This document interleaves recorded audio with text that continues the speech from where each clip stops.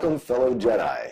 I'm Mike, and you're watching Force Within TV. And today, we're looking at Twin Suns. We're reviewing Star Wars Rebels Twin Suns. This is the second last episode of the season. And let's get right into it. So, one of my predictions, if you check out my two prediction videos for this episode, Twin Suns, and one of them I talked specifically about Ezra. And everybody was sort of talking about Maul and Obi-Wan, and I put forth the idea that Ezra would actually talk to Obi-Wan, and Obi-Wan would sort of guide him through and allow him to move beyond that whole idea of using the dark side or falling to the dark side, and that happened. So I was so happy to see that. Hopefully moving forward now we can see that Ezra isn't going to be falling to the dark side. That isn't something that's going to happen, though it still seemed like he had the Sith holocron, which was very interesting. So I don't think that's totally out of the realm of possibility, but the fact that Obi-Wan was really able to set him straight, I think, was awesome.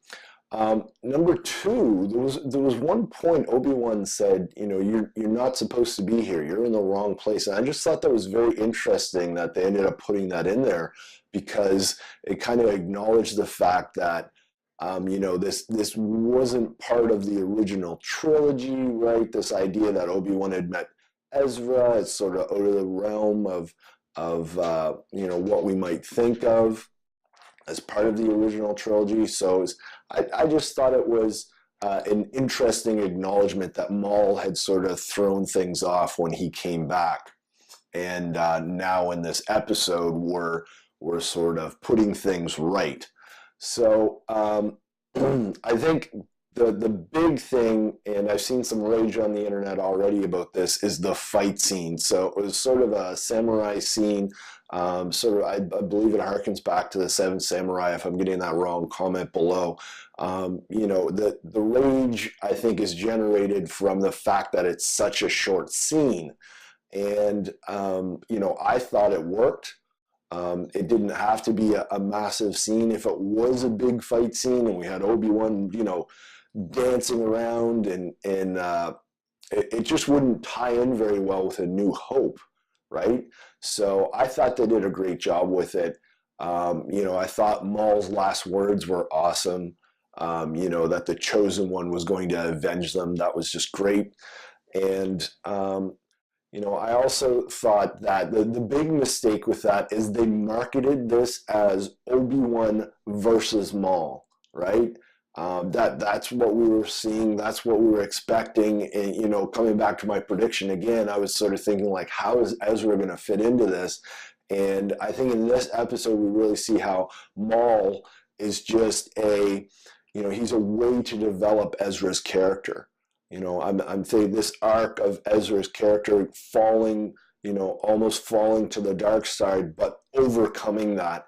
And now he's going to be much stronger. And I think in season 4, we may even see him become a Jedi Knight.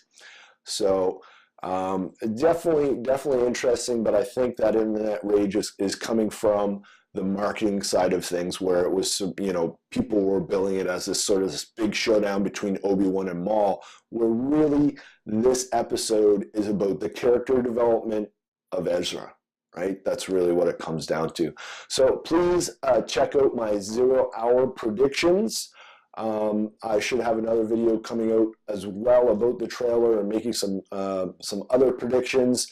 I also want you to head on over to forcewithin.net if you're someone who suffers from stress or lack of motivation. I have some training there that is going to help you feel like a Jedi, calm, confident, and focused. So head on over to forcewithin.net. Thank you for watching, and may the Force be with you. Please consider subscribing, checking out my Jedi Train Like a Jedi series. Maybe check out a recent video, or down in the video description you will find several links to my website, including a table of contents of all the Train Like a Jedi series.